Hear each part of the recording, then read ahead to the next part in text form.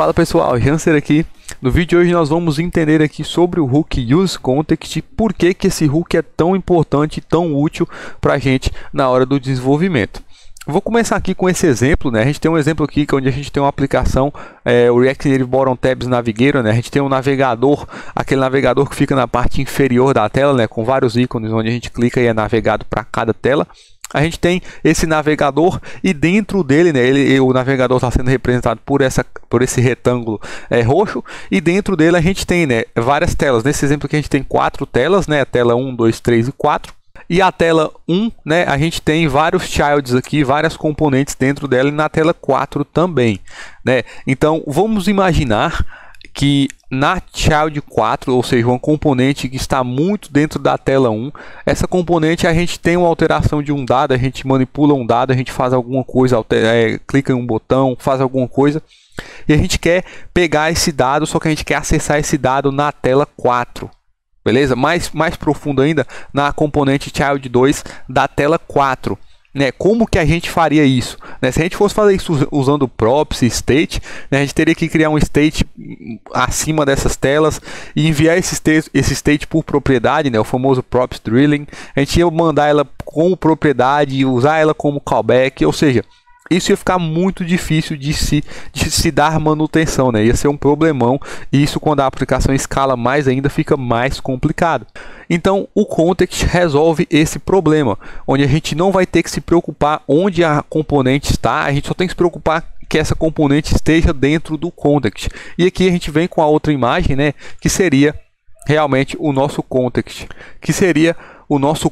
né, aplicado aqui, onde a gente tem esse provider, né, que é essa caixa azul, claro, né, e o provider, né, dentro dele a gente teria toda a nossa aplicação, o nosso navegador e as nossas telas. E nessa configuração aqui com o Context, né, com tudo dentro do Context, a gente não precisa se preocupar.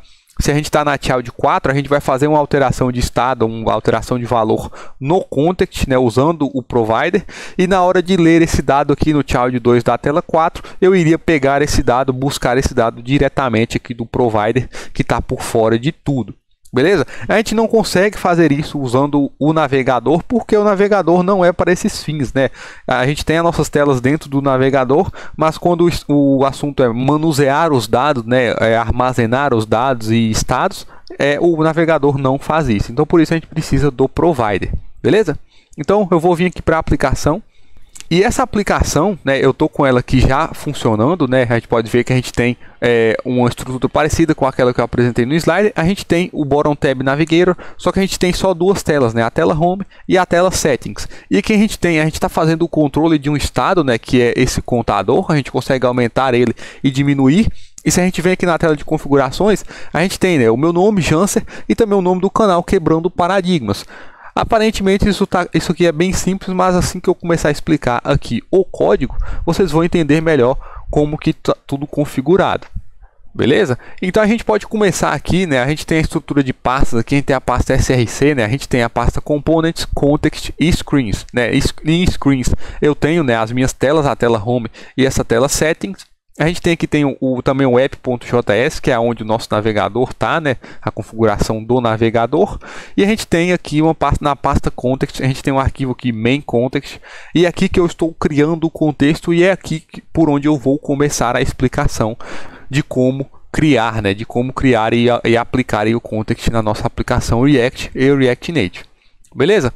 Então, para começar, né, a gente importa o React nesse arquivo, e aqui a gente já começa exportando uma variável, onde essa variável ela recebe o react.createContext. E aqui a gente poderia passar um objeto, uma lista, alguma coisa que ele seria o valor inicial desse nosso contexto. Nesse caso aqui, esse context ele está começando vazio, né? Ele está começando sem nenhum valor indefinido, mas se a gente quisesse que ele começasse com algum dado, a gente passaria esse dado aqui entre esses parênteses.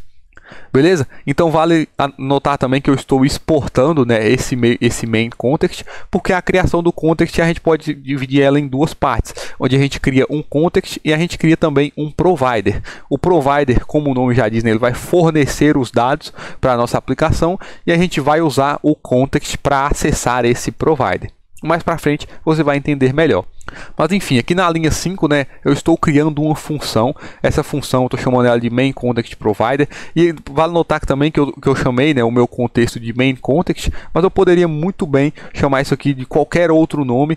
E a gente pode ter também mais de um context na aplicação, né, mais de um contexto. Beleza? Mas enfim, aqui quando a gente cria o provider, né, ele é uma função. Essa função ela recebe um children e mais para frente eu vou explicar melhor esse children. Mas essa nossa função, né, ela retorna um JSX, onde esse JSX, por enquanto vamos ignorar essa parte aqui, já vamos vir aqui para baixo para o retorno dessa função, né, para o retorno do provider. Eu retorno aqui um JSX onde eu uso o meu main context, né, que é o context que foi criado aqui na linha 3, main context.provider, né, eu escrevo isso aqui na notação de JSX. Beleza? E é aqui que eu crio o provider e é aqui também que eu vou disponibilizar os valores, os dados para o usuário. Não, para o usuário não, para a nossa aplicação, né? Esses valores vão ser armazenados aqui nessa propriedade value que a gente tem que passar, né, para esse nosso provider. Ela é obrigatória, né? A gente tem que passar ela. E aqui dentro eu estou replicando o meu children, né? Esse children que até então eu não expliquei. E para a gente entender ele aqui, a gente vai voltar aqui no nosso app.js. E aqui no app.js a gente tem o navegador, né? A gente tem aqui o navigation container, o tab, que a gente tem, né, o tab.navigator, né, que é na verdade o meu navegador e as minhas telas também, né, a tela home e a tela settings. E se a gente analisa melhor, a gente tem aqui, ó, a tag main context provider, ela está sendo aberta aqui e eu estou fechando ela aqui embaixo, né? Ela está em volta do meu navegador. Beleza? Então, quando eu coloco, né, essa tag main context provider, né, que foi essa função que eu estou exportando, tudo que fica dentro dela é o nosso children, né? Todo esse JSX aqui, todo o meu navegador e as minhas telas, eles serão passados para o main context provider como children, né? Que é na verdade um componente children. Então eu só estou recebendo esse children aqui no meu main context provider e repassando ele aqui para baixo, né? Para dentro realmente do meu provider. Eu crio essa função main context provider, né, justamente para isso, só para mim receber o meu children, né, que é na verdade o meu app inteiro, e repassar para dentro do provider de verdade, que é esse main context.provider. E vale notar aqui no app também que eu estou passando o meu main context provider dentro do navigation container, né? Isso aqui lá no React Navigation a gente precisa ter esse navigation container, porque dentro dele, tudo que está dentro do navigation container, a gente consegue usar aquele hook lá, né, que é o use navigation, para a gente conseguir navegar o usuário de uma tela para outra. E é bem normal da gente usar o provider dos nossos contexts aqui no final, né? Quando a gente dá o export default no nosso app inteiro, a gente passa na verdade uma função, que essa função, ela retorna, né, o meu provider, né, que aqui é o main context provider. E dentro dele eu passaria o meu app nessa notação aqui de JSX. É bem normal a gente fazer isso, mas fazendo dessa forma, o meu provider vai ficar de fora do meu navigation container. E com isso eu não vou ter acesso eu não vou conseguir usar, né, o hook use navigation lá dentro do context, que você vai ver agora como que a gente usa, né, como que a gente cria funções dentro do context. Beleza? Então, configurado aqui o context, né, colocando ele no lugar certo, né, certo entre aspas, né, dentro do meu navigation container, a gente pode voltar aqui, né, para o main context, que é onde eu estou criando o contexto, e para a gente entender melhor essa propriedade aqui, value, né, que é do meu main context provider. Eu estou passando aqui para ela, né, a gente tem aqui dois pares de chaves, mas esse par azul é da notação, né, a gente tem aqui esse par amarelo de chaves, que é na verdade um objeto. Eu estou passando, né, para a propriedade value um objeto com o valor counter, info, increase counter e decrease counter. E se a gente for olhar aqui, né, o counter ele é um state, o info, né, abrindo aqui, ele é um objeto, o meu increase counter e decrease counter são funções. Então eu estou passando tudo isso dentro de um objeto como value do meu provider. Então isso significa que em qualquer lugar, em qualquer tela dentro do meu app, né, dentro do meu navegador, por isso está tudo isso aqui dentro do provider, né, em qualquer lugar eu vou conseguir acessar esses valores, né, eu vou conseguir acessar não só esses valores, mas essas funções também e executar elas. Então, com essa configuração feita, se a gente abre aqui a tela Home, né, agora a gente vai entender como que usa, né, como que acessa essas informações. E para acessar essas informações, a gente precisa do hook, né, Use Context, e a gente passa dentro do hook Use Context o meu context em si, né, que como eu disse lá no início, é esse context aqui que eu estou criando na linha 3. Então, eu vou dar né, um Use Context e passo o meu context dentro. Ele vai retornar esse mesmo objeto, né, com essas informações para mim.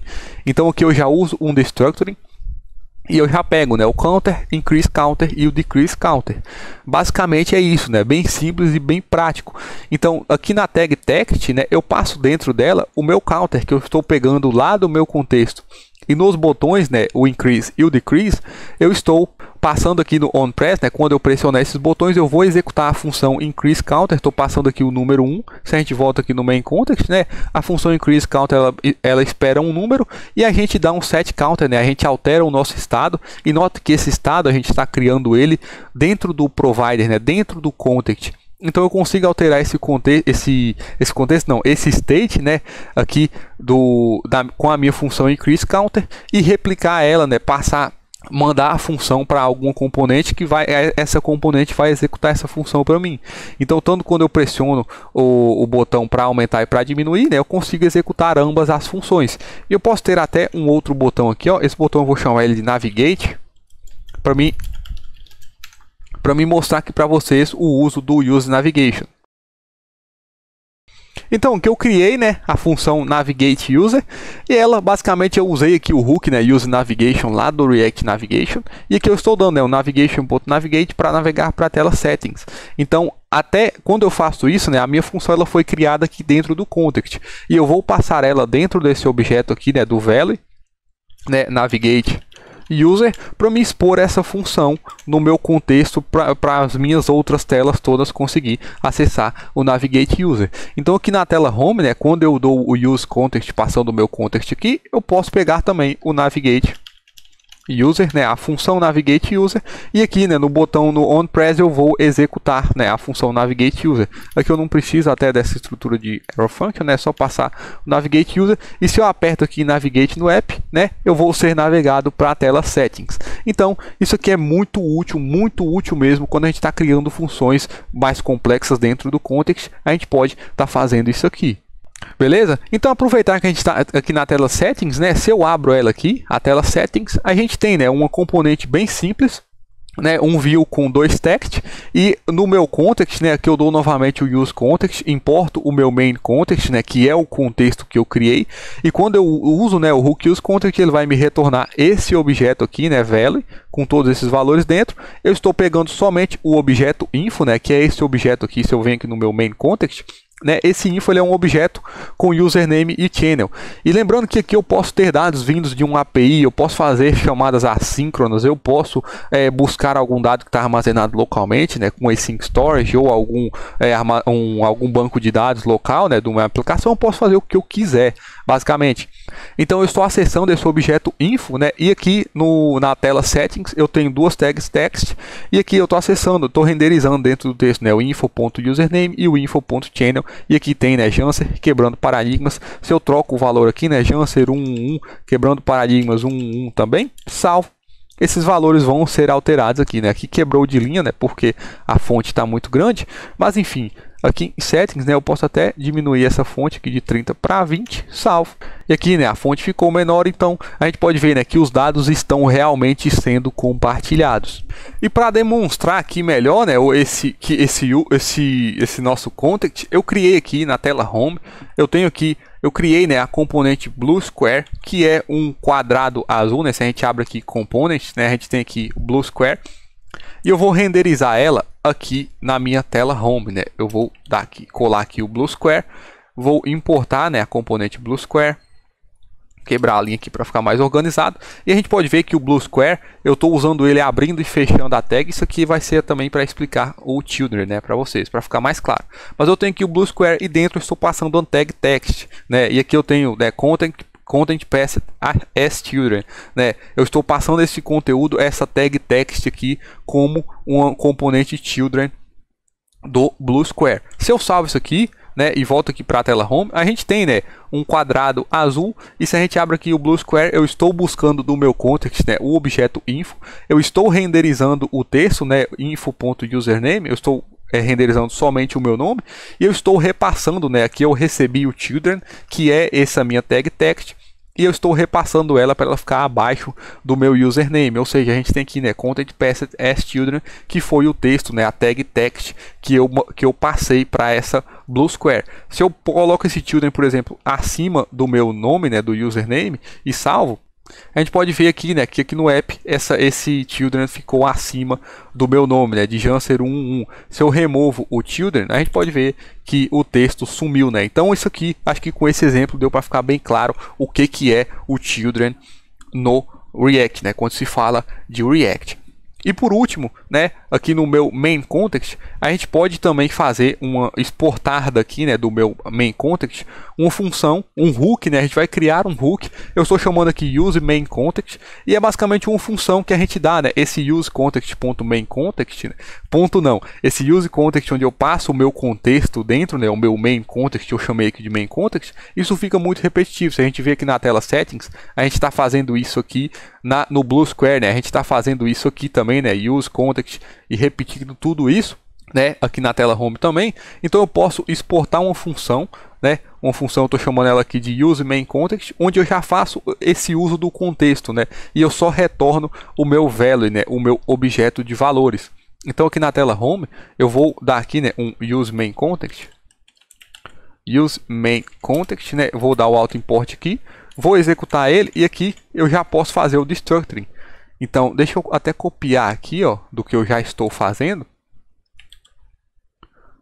Isso aqui vai receber, deixa eu salvar. Aqui eu já posso comentar o uso antigo, né, que agora eu estou usando o use main context. Eu continuo pegando counter, increase counter, decrease counter, todos os valores como eu estava fazendo antes. E se eu salvo, né, eu consigo aumentar o meu contador, diminuir o meu state, né, navegar para a tela screen, tudo funciona. Só que agora está um pouco mais simples porque eu não estou fazendo uso mais daquele use context, passando o main context dentro. Então é isso, né, pessoal? Para finalizar aqui, vale lembrar que eu posso ter mais de um contexto na minha aplicação. Eu posso criar um contexto de autenticação, um contexto do app, e aqui no app.js eu posso colocar, né, que eu tenho um main context.provider, eu posso colocar fora dele aqui um contexto, né, que é aqui um context to, né, e colocar ele aqui em volta de todo mundo. Eu posso muito bem fazer isso, né, colocar ele aqui em volta de todo mundo. Aqui se eu salvar ele vai dar erro, né?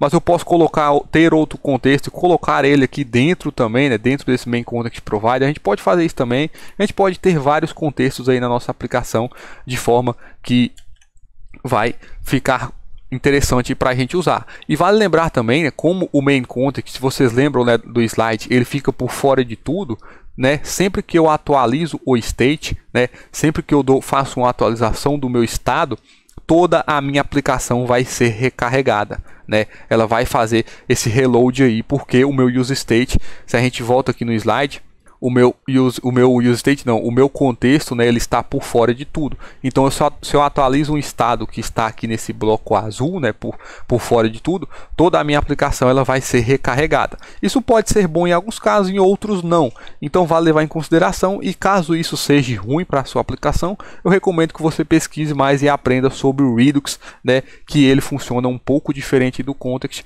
e é muito útil também, beleza? Então para essa aula é isso, eu espero que eu tenha ajudado. Qualquer dúvida pode deixar um comentário logo abaixo. E é isso aí, muito obrigado e até a próxima.